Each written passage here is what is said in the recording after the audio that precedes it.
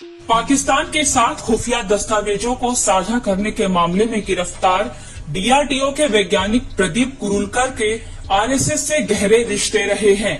जो खुलासे हो रहे हैं उसके मुताबिक कुरूलकर खुद संघ के संगठन मंत्री रह चुके हैं और उनके परिवार की पिछली 4 पीढ़ियां आरएसएस से जुड़ी रही हैं। कुरूलकर भले ही जेल की शिक्षों के पीछे हों, लेकिन कथित मुख्यधारा के मीडिया ने आरएसएस के साथ उनके रिश्तों को लेकर चुप्पी की चादर ओढ़ रखी है। यह मामला इसलिए और ज्यादा गंभीर हो जाता है क्योंकि मामला डीआरडीओ से जुड़ा है, जो सामान्य वैज्ञानिक संस्था न होकर सीधे रक्षा विभाग से जुड़ी है, यानी देश के पूरे रक्षा तंत्र से समझौता किया गया है। डीआरडीओ भारत सरकार के रक्षा अनुसंधान क्षेत्र में प्रमुख संगठन है। आम लोगों की जानकारी से दूर रहते हुए इस संगठन में कार्यरत कर्मचारी वैज्ञानिक भारत के रक्षा क्षेत्र को मजबूती प्रदान करने के लिए काम करते हैं। पूर्व राष्ट्रपति एपीजे अब्दुल कलाम का नाम डीआरडीओ से अभिन्न रूप से जुड़ा रहा है। डीआरडीओ की इंजीनियरिंग शाखा के प्रमुख वैज्ञानिक प्रदीप कुरूलकर को महाराष्ट्र की एटीएस ने दुश्मन देश को भारत की खुफिया जानकारी साझा करने के आरोपों में मई माह के पहले सप्ताह में ही गिरफ्तार कर लिया था। कुछ समाचार पत्रों में इस बारे में खबर भी आई थी, लेकिन हाल ही में उनके बारे में कुछ और जानकारियां प्राप्त हुई हैं, जो बेहद चौंकाने वाली हैं। प्रदीप कुरूलकर मूलतः पुणे निवासी हैं। इनका परिवार राष्ट्रीय स्वयं सेवक संघ के साथ घनिष्ठ रूप से लंबे समय से जुड़ा हुआ है। प्रदीप के दादा से लेकर आज तक यह परंपरा चली आ रही है। प्रदीप कुरूलकर की आरएसएस के शीर्ष नेतृत्व के बीच तक पैठ का अंदाजा इसी से लगाया जा सकता है कि आरएसएस में सर्वोच्च पद पर आसीन सर संघ चालक मोहन भागवत की उपस्थिति में मंच पर उन्हें मराठी में बोलते हुए देखा जा सकता है। हालांकि इस घटना के प्रकाश में आने के बाद ही कांग्रेस पार्टी की ओर से दिल्ली मुख्यालय से एक प्रेस कॉन्फ्रेंस को संबोधित करते हुए पार्टी के प्रवक्ता पवन खेड़ा ने कुरूलकर की गिरफ्तारी को एक बेहद गंभीर मामला करार दिया था। उन्होंने आरोप लगाते हुए इसे आरएसएस के राष्ट्र विरोधी चेहरे को एक बार फिर से उजागर होने की बात कही थी। ये प्रदीप कुरूलकर 14 साल तक संघ में पुणे की शाखा में सैक्सोफोन बजाते थे। चौथी पीढ़ी संघ से जुड़ी हुई है, यानी कि जो इनकी पहली पीढ़ी जो संघ से जुड़ी थी वो तभी जुड़ी होगी जब श्यामा प्रसाद मुखर्जी मुस्लिम लीग के साथ मिलकर सरकार बना रहे थे, जब अंग्रेजों के साथ मुखबिरी हो रही थी।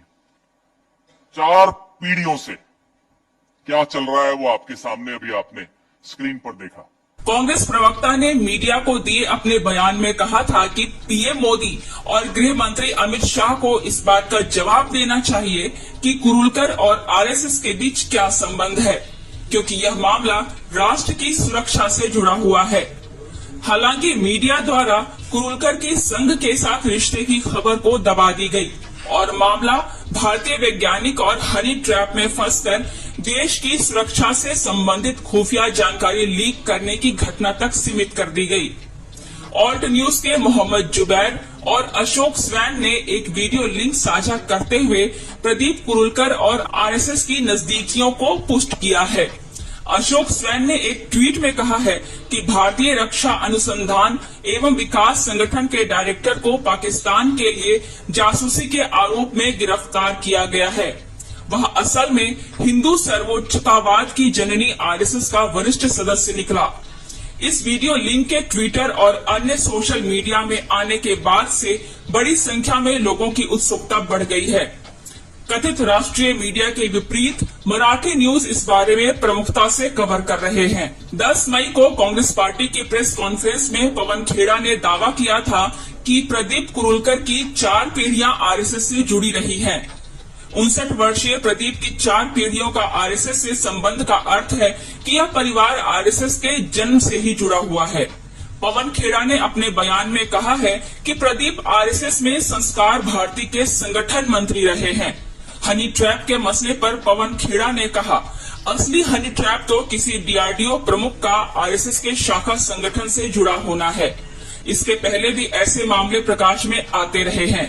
ध्रुव सक्सेना, यशवंत शिंदे का मॉड्यूल इसी प्रकार से संघ से जुड़े संदिग्ध व्यक्तियों के इतिहास की पुष्टि करता है। खेड़ा ने अपने बयान में कहा है कि प्रधानमंत्री की नाक के नीचे डीआरडीओ निदेशक के पद पर बैठा व्यक्ति, जो कि आरएसएस का बेहद करीबी है, वह पाकिस्तान को संवेदनशील सूचनाएं दे रहा था। यह गद्दार किसी अन्य राजनीतिक दल से जुड़ा होता तो मीडिया इसके अलावा कोई और खबर नहीं चला रहा होता। अक्टूबर 2022 में यह मामला प्रकाश में आया था। अक्टूबर से फरवरी 2023 तक 5 महीनों के दौरान इस शख्स की पाकिस्तान की महिला के साथ व्हाट्सएप चैट और लैपटॉप से खुफिया जानकारी का आदान प्रदान चलता रहा। फरवरी में एटीएस ने कार्रवाई करते हुए फोन और लैपटॉप अपने कब्जे में कर लिया था, लेकिन गिरफ्तारी मई में हुई है और सूचना मिल रही है कि 19 मई तक कुरुलकर की हिरासत बढ़ा दी गई है। ग्रेड एच श्रेणी के वैज्ञानिक प्रदीप कुरुलकर ने पुणे इंजीनियरिंग कॉलेज से 80 के दशक में इंजीनियरिंग की।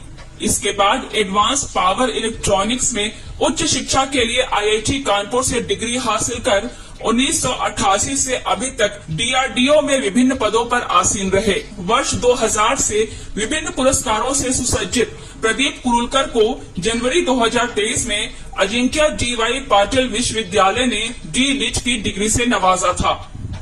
इतने उच्च पदस्थ वैज्ञानिक का एक अनजान विदेशी महिला से संपर्क में आना और रात भर चैटिंग और फोटो शेयर करने और बदले में देश की अति संवेदनशील खुफिया जानकारी साझा करने की घटना बेहद गंभीर मामला है। आरएसएस के सांस्कृतिक और विचारधारा की शिक्षा पर भी गंभीर सवाल उठते हैं, जो 59 वर्षीय उच्च शिक्षित और संगठन मंत्री को हनी ट्रैप के जाल में जाने के लिए जगह देते हैं। फरवरी से मई माह तक यह खबर सरकारी और देश के महत्वपूर्ण लोगों के बीच में मौजूद है, लेकिन इस बारे में गंभीर कदम उठाने के बजाय मामले को लो प्रोफाइल रखकर कहीं न कहीं संघ की भूमिका पर पर्दा डालने का काम किया जा रहा है, जो देश हित में तो कतई नहीं है। जनचौक की ब्यूरो रिपोर्ट।